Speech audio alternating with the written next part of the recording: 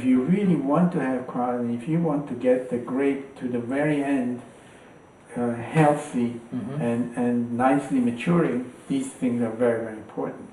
And then of course the harvest is done by hand, because we select at the very moment we cut the grape. So if there is anything bad berries, it's cut out. If a bunch is bad, it's thrown out completely. And all this, then it's done, put carefully into the basket. Is there a lot of machine harvesting in Niagara region? Most is done by machine. Really? All the big ones, they all do by machine. Right. So hand is really a very small percentage that actually pick by hand. Well, that's good. But even picking by hand, you know, it's not just because you pick by hand, because you can do a lousy job by hand. Yeah, Just throw everything in, right? And yes, and whatever. But the important thing is that things are being selected, and that you just have the grapes, and the clean grapes, the nice grapes, and the others, and the leaves and everything don't have to go into because they should not go into the crusher. And of course, then it's always a question of the bugs, like the ladybug. So you know, you keep control over that. You can do that very well when you do picking by hand and all these things. So picking by hand is equivalent to a sorting table? Yes.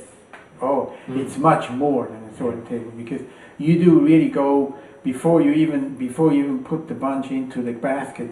You have already selected everything, and it takes more time. Yep. Because on a sorting table, things are pretty fast, and some of these sorting tables go very fast. So it's like, you know, the like maximum harvesting. Yeah, the maximum they really take off is the leaves and whatever. Okay. But you see, on a bunch, you can have rotten grapes underneath, but the thing just goes through. And if it's not on the top, the rotten grape, it's underneath. You haven't even seen it, you know, it's gone.